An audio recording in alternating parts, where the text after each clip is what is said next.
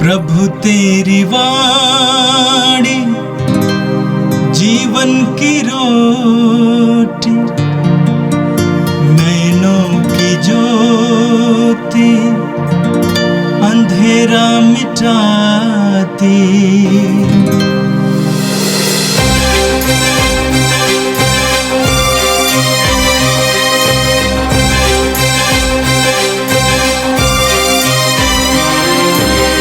प्रभु तेरी वाणी जीवन की रोटी, नैनों की ज्योति अंधेरा मिटाती। प्रभु तेरी वाणी जीवन की रोटी, नैनों की ज्योति अंधेरा मिटाती। वाणी वाणी वाणी वाणी वाणी पवित्र है, शाश्वत है, जीवन का मन्ना है। 3 अप्रैल बुधवार। पहला पाठ प्रेरित चरित्र अध्याय 3 पद संख्या 1 से 10 तक। पेतरुस और यूहन तीसरे पहर प्रार्थना के लिए मंदिर जा रहे थे। लोग एक मनुष्य को ले जा रहे थे जो जन्म से लंगड़ा था। वह उसे प्रतिदिन लाकर मंदिर के सुंदर नामक फाटक के पास रखा करते थे, जिससे वह मंदिर के अंदर जाने वालों से भीख मांग सके। जब उसने पेतरुस और यूहन को मंदिर में प्रवेश करते देखा तो उनसे भीख मांगी। पेतरुस और यूहन ने उसे ध्यान से देखा। पेतरुस ने कहा, हमारी ओर देखो, और वह कुछ पाने की आशा से उनकी ओर देखने लगा। किंतु पेतरुस ने कहा, मेरे पास ना तो चांदी है और ना सोना, बल्कि मेरे पास जो है वह तुम्हें देता हूँ। यीशु मसीह नाज़री के नाम पर चलो। और उसने उसका दाहिना हाथ पकड़कर उसे उठाया। उसी क्षण लंगड़े के पैरों और टखनों में बल आ गया। वह उछलकर खड़ा हो गया और चलने फिरने लगा। वह चलते उछलते तथा ईश्वर की स्तुति करते हुए उनके साथ मंदिर आया। सारी जनता ने उसको चलते फिरते तथा ईश्वर की स्तुति करते हुए देखा। लोग उसे पहचानते थे। वह वही था जो मंदिर के सुंदर फाटक के पास बैठकर भीख मांगा करता था। और यह देखकर कि उसे क्या हुआ है, वे अचंभे में पड़कर चकित रह गए।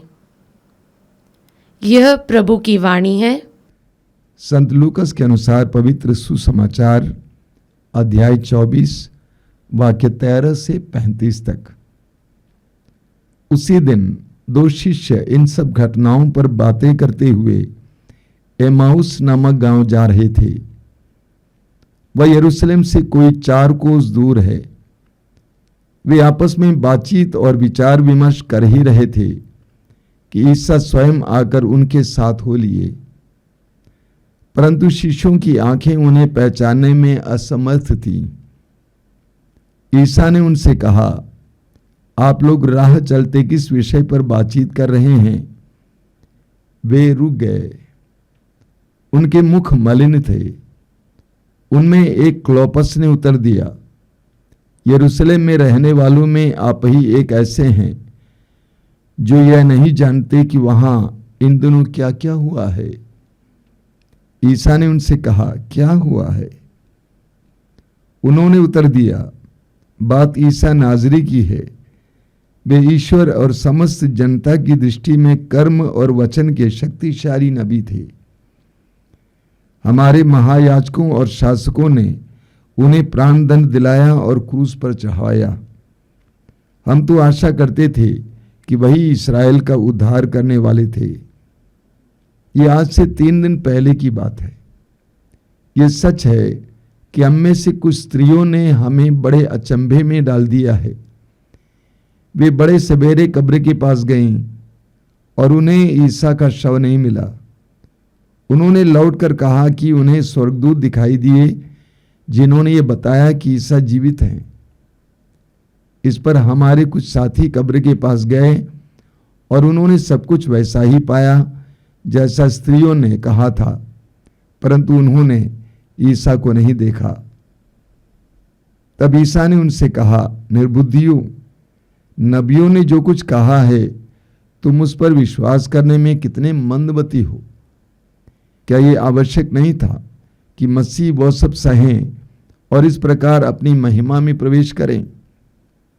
तब ईसा ने मूसा से लेकर अन्य नबियों का हवाला देते हुए अपने विषय में जो कुछ धर्म ग्रंथ में लिखा है वह सब उन्हें समझाया। इतने में वे उस गांव के पास पहुंच गए जहां वे जा रहे थे। लग रहा था जैसे ईसा आगे बढ़ना चाहते हैं। शिष्यों ने यह कहकर उन्हें आग्रह किया, हमारे साथ रह जाइए, सांझ हो रही है और अब दिन ढल चुका है। और वो उनके साथ रहने भीतर गए। ईसा ने उनके साथ भोजन पर बैठकर रोटी ली, आशीष की प्रार्थना पढ़ी और उसे तोड़कर उन्हें दे दिया। इस पर शिष्यों की आंखें खुल गईं और उन्होंने ईसा को पहचान लिया, किंतु ईसा उनकी दृष्टि से ओझल हो गए। तब शिष्यों ने एक दूसरे से कहा, हमारे हृदय कितने उद्दीप्त हो रहे थे जब वे रास्ते में हमसे बातें कर रहे थे और हमारे लिए धर्म ग्रंथ की व्याख्या कर रहे थे। वे उसी घड़ी उठकर यरूशलेम लौट गए। वहां उन्होंने 11 और उनके साथियों को एकत्र पाया जो ये कह रहे थे, प्रभु सचमुच जी उठे हैं और सीमोन को दिखाई दिए हैं। तब उन्होंने भी बताया कि रास्ते में क्या क्या हुआ और उन्होंने ईसा को रोटी तोड़ते समय कैसे पहचान लिया। यह प्रभु का दिव्य सुसमाचार है। ख्रिस्त प्रभु की जय। मेरे प्रिय भाई और बहनों, आज के दोनों पाठ बहुत ही सारगर्भित पाठ थे और इन पर मनन चिंतन करने के लिए बहुत समय की आवश्यकता है। आज का पहला पाठ प्रेरित चरित्र के अध्याय 3 से लिया गया था। प्रभु यीशु के शिष्य प्रेरित बहुत कमजोर थे, डरपोक थे, समाज में नगण्य थे, तुच्छ थे और यही कारण था कि जब प्रभु यीशु गिरफ्तार हुए सभी लोग यीशु को छोड़कर भाग गए। लेकिन पेंतकोस्त के त्योहार के दिन पवित्र आत्मा के उतरने के बाद वे ही कमजोर डरपोक शिष्य शक्तिशाली बन गए। पवित्र आत्मा से भरने के बाद पेतरुस यरूशलेम मंदिर में हजारों लोगों के सामने खड़े होकर वचन सुनाने लगे। और आज के पाठ में आपने सुना कि पेंतकोस्त के बाद शिष्यों में कितनी शक्ति उतर आई। पेतरुस और योहन ने जन्म से लंगड़े एक व्यक्ति को, एक भिखारी को चंगा किया। वचन में आपने सुना, पेतरुस और योहन तीसरे पहर की प्रार्थना के समय मंदिर जा रहे थे। लोग एक मनुष्य को ले जा रहे थे जो जन्म से लंगड़ा था। वे उसे उस प्रतिदिन लाकर मंदिर के सुंदर नामक फाटक के पास रखा करते थे, जिससे वो मंदिर के अंदर जाने वालों से भीख मांग सके। जब उसने पेतरुस और योहन को मंदिर में प्रवेश करते देखा तो उनसे भीख मांगी। पेतरुस और योहन ने उसे ध्यान से देखा। पेतरुस ने कहा, हमारी ओर देखो, और वो कुछ पाने की आशा से उनकी ओर देखता रहा। किंतु पेतरुस ने कहा, मेरे पास न तो चांदी है और न सोना, बल्कि मेरे पास जो है वही तुम्हें देता हूं। ईसा मसीह नाजरी के नाम पर चलो। और उसने उसका दाहिना हाथ पकड़कर उसे उठाया। उसी क्षण लंगड़े के पैरों और टखनों में बल आ गया। वह उछल कर खड़ा हो गया और चलने फिरने लगा। पेतरुस और यूहन्ना के अंदर पवित्र आत्मा का सामर्थ्य उतर आया और जिस तरह चारों ओर घूम घूम कर प्रभु यीशु शिक्षा देते थे, बड़े बड़े चिन्ह और चमत्कार प्रकट करते थे, उसी तरह वे भी करने लगे। ये पहला चमत्कार है। वे मंदिर जा रहे थे। लोग एक भिखारी को, जो जन्म से लंगड़ा था, कभी अपने पैरों के सहारे चला नहीं था, मंदिर के फाटक के पास ले आकर रखे। अध्याय 4 वाक्य 22 में लिखा हुआ है कि वो 40 साल से भी ऊपर का था, यानी वर्षों से वो मंदिर के दरवाजे के पास बैठकर भीख मांगा करता था। लोग उसको जानते थे। जब पेतरुस और यूहन्ना उसके पास आए तो वचन में लिखा हुआ है, पेतरुस और यूहन्ना ने उसे ध्यान से देखा। पेतरुस ने कहा, हमारी ओर देखो। और वचन में लिखा हुआ है, और वो कुछ पाने की आशा से उनकी ओर देखता रहा। सोचा कोई सिक्के मिल जाएंगे।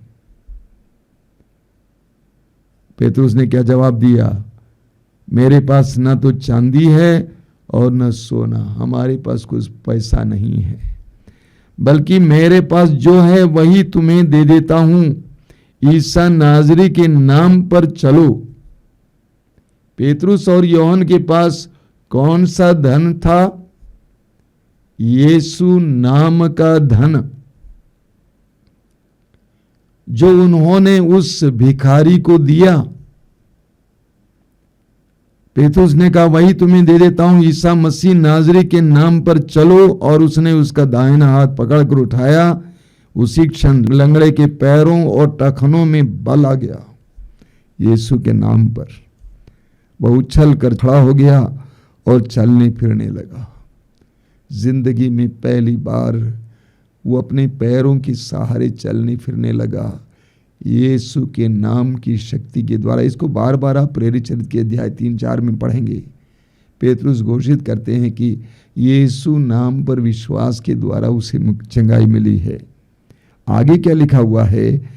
वो चलते उछलते तथा ईश्वर की स्तुति करते हुए उनके साथ मंदिर गया। अभी तक वो मंदिर के बाहर बैठा रहता था भीख मांगने के लिए, लेकिन अभी चंगा होने के बाद उछलते कूदते ईश्वर की स्तुति करते हुए मंदिर के अंदर प्रवेश किया। सुसमाचारों में हमें पढ़ने को मिलता है कि जितने भी रोगियों को प्रभु यीशु ने चंगा किया, वे ईश्वर की स्तुति करने लगे। अब इस लंगड़े भिखारी के बारे में सोचिए, पहले वो क्या करता रहा होगा? जब सारी जनता मंदिर में ईश्वर की स्तुति कर रही थी, उस समय शायद वो लंगड़ा भिखारी बाहर बैठकर ईश्वर को कोस रहा था कि तूने मुझे ऐसा क्यों बनाया, तूने मुझे लंगड़ा क्यों बनाया। लेकिन जब प्रभु यीशु के नाम पर उस पर स्पर्श हुआ, वो चंगा हुआ, तो वो ईश्वर की स्तुति करने लगा। इतना ही नहीं, वो मंदिर गया। सारी जनता ने उसको चलते फिरते तथा ईश्वर की स्तुति करते हुए देखा। लोग आश्चर्यचकित हो गए। लोग उसे पहचानते थे, ये वही था जो मंदिर के सुंदर फाटक के पास बैठकर भीख मांगा करता था। यह देखकर कि उसे क्या हुआ है, वे अचंभे में पड़कर चकित थे। मैंने कहा, वचन में लिखा हुआ है कि वो 40 साल से भी ज्यादा उम्र का था। एक एक वचन का महत्व है। क्यों लूकस ने लिखा कि वो 40 साल से भी ज्यादा उम्र का था? ये बताने के लिए कि कितने साल से वो उस मंदिर के फाटक के पास बैठा रहा होगा, भीख मांगता रहा होगा। सभी लोग उसको जानते थे। लेकिन प्रभु ने अपने पवित्र नाम के द्वारा, अपने शिष्यों के द्वारा एक चमत्कार किया। उसकी जिंदगी बदल गई। वो चलने फिरने लगा, उसके साथ साथ वो ईश्वर की आराधना करने लगा, ईश्वर की स्तुति करने लगा। और आज का सुसमाचार संत लूकस के सुसमाचार की अध्याय 24 से लिया गया था। आज के सुसमाचार में आपने प्रभु यीशु के 2 शिष्यों के यरूशलेम से एमाउस की यात्रा के बारे में सुना। इस यात्रा का विवरण एक सशक्त पाठ है और इस पर पूरी तरह से मनन चिंतन करने के लिए काफी समय की आवश्यकता है। उन 2 शिष्यों के यरूशलेम से एमाउस की ओर यात्रा और वहां पर जो उनको अनुभव हुआ, यह मिस्सा बलिदान के लिए, प्रभु भोज के लिए, यीशु के दिव्य शरीर और रक्त की शक्ति के लिए एक सुंदर उदाहरण है। यह हमारे प्रतिदिन के जीवन के लिए भी एक सुंदर उदाहरण है। कैसे यीशु से मिलने के बाद, यीशु को सुनने के बाद हमारे जीवन में परिवर्तन आ सकता है, उसके लिए एक जबरदस्त उदाहरण है। वचन में आपने सुना कि प्रभु के 2 शिष्य, जिसमें से एक का नाम बताया गया है, दूसरे का नाम नहीं बताया गया है, यरूशलेम छोड़कर एमाउस जा रहे थे। एमाउस गांव था, यरूशलेम से करीब 11 किलोमीटर दूर। यरूशलेम से एमाउस जाना एक प्रतीक है, क्योंकि यरूशलेम यहूदियों के लिए आस्था का केंद्र था, आशा का केंद्र था।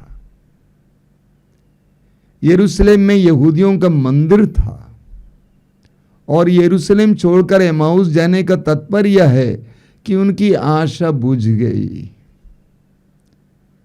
वे अपने गांव की ओर चल दिए। वे बड़ी उम्मीदों के साथ यीशु के पीछे हो लिए थे, लेकिन यीशु के दर्दनाक दुखभोग और मृत्यु और दफनाने जाने के बाद उनका सारा सपना टूट गया और वे निराश होकर जा रहे थे। वचन में लिखा हुआ है, उनके मुख मलिन थे, यानी उनके चेहरे उतरे हुए थे, बहुत उदास थे, वे दुखी थे। सुसमाचार में हमने सुना कि ईसा स्वयं आकर उनके साथ हो लिए, परंतु शिष्यों की आंखें उन्हें पहचानने में असमर्थ रहीं। जिस यीशु के साथ वे कई दिनों तक रहे, वही यीशु उनके साथ हो लिए, लेकिन वे यीशु को पहचान नहीं पाए। क्यों? क्योंकि वे कभी सोच नहीं सकते थे कि वह यीशु जिसका शरीर इतनी बुरी तरह से चीरा गया, इतनी बुरी तरह से सताया गया, दफनाया गया, कभी जिंदा होकर इस स्थिति में आ सकता है। वे विश्वास नहीं कर पा रहे थे, इसीलिए वे यीशु को पहचान नहीं पाए। यीशु ने उनसे पूछा कि तुम लोग किस बात पर चर्चा कर रहे हो? वचन में लिखा हुआ है, वे रुक गए। यीशु ने मार्ग में उनको टोक दिया और वे रुक गए। क्या के लिए? अपने दर्द बताने के लिए और यीशु को सुनने के लिए। दुनिया में बहुत सारे लोग अपनी जिंदगी की पीड़ाएं लेकर घूम रहे हैं, लेकिन यीशु को सुनने के लिए, यीशु को सुनाने के लिए 2 मिनट रुकने को तैयार नहीं है। बहुत बड़ी विडंबना है।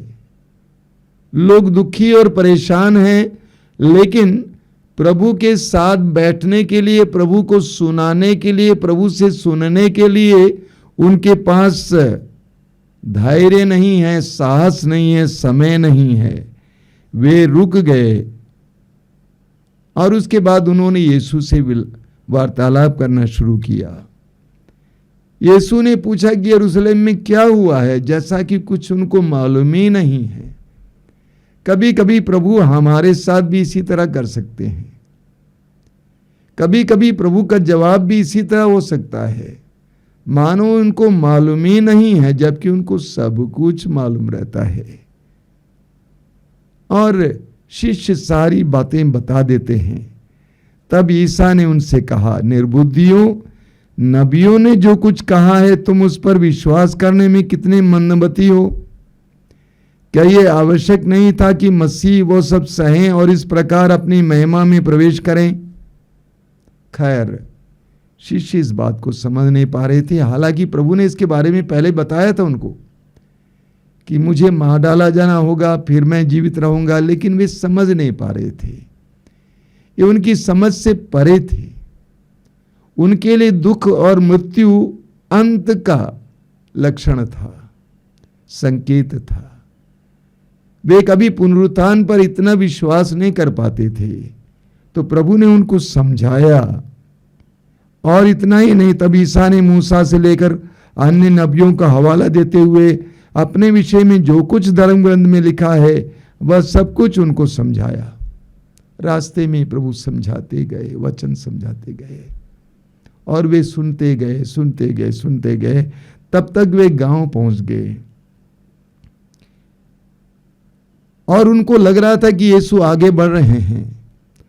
और उन्होंने क्या किया? शिष्यों ने यह कहकर उनसे आग्रह किया, हमारे साथ रह जाइए, सांझ हो रही है, अब दिन ढल चुका है, संध्या हो गई है, हमारे साथ रह जाइए, रास्ता खतरनाक है। और यीशु उनके साथ हो लेते हैं, उनके साथ रह जाते हैं। और उन्होंने भोजन पकाया, रोटी पकाई, और रोटी खाने के लिए यीशु बैठ गए।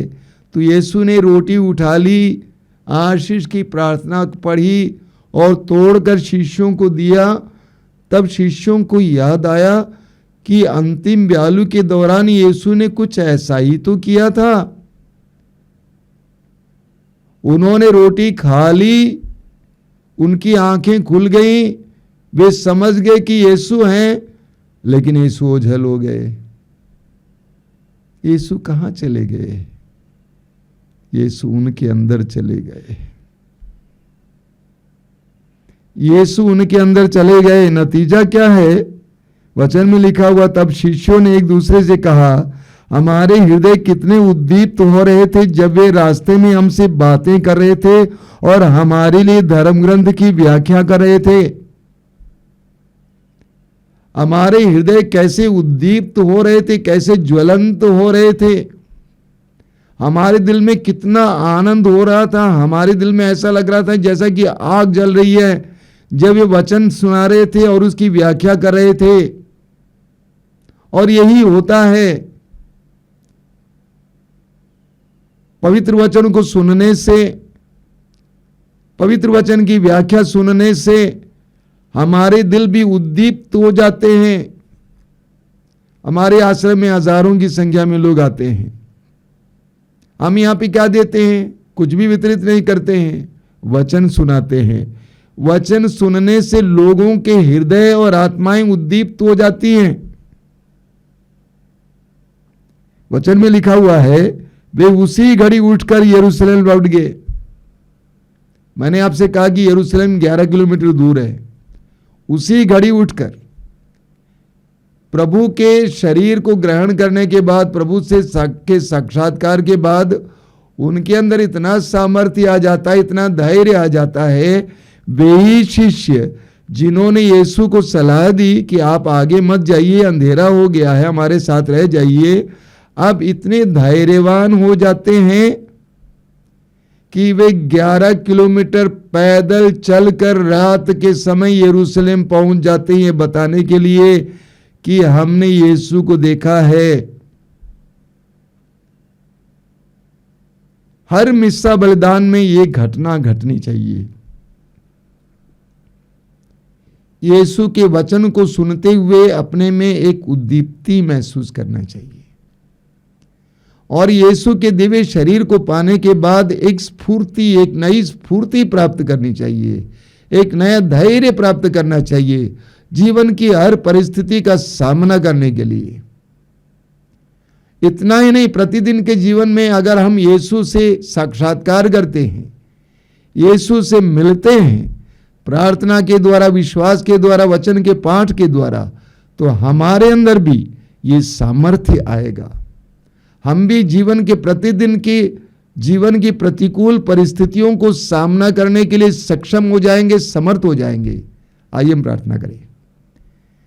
प्रभु यीशु, धन्यवाद देता हूं इन दिनों के लिए जब हम तेरे पुनरुत्थान को बार बार याद करते हैं, हम तुझसे प्रार्थना करते हैं, हमें इस बात का एहसास दिलाइए कि तू हमारे जीवन के मार्ग पर हमारे साथ चल रहा है, हमारी हालात को देख रहा है, हमसे बोलना चाहता है, हमसे सुनना चाहता है। हमें तुझे सुनने और तुझसे बोलने के लिए समय निकालने के लिए कृपा दीजिए। हमें रोकिए यीशु, ताकि हम रुक जाएं तुझे देखने, तुझसे मिलने, तेरे वचनों को सुनने, अपने दिल के दर्द को तेरे सामने रखने के लिए, ताकि हम आनंदित हो जाएं। प्रभु यीशु इन वचनों को सुनने वाले मेरे भाई बहनों को आशीर्वाद देना। आज का संपूर्ण दिन उनके लिए कृपा का दिन बने। आमीन। प्रभु तेरी वाणी जीवन की रोटी, नैनों की ज्योति अंधेरा मिटाती। वाणी वाणी वाणी वाणी वाणी पवित्र है, शाश्वत है, जीवन का मन्ना है।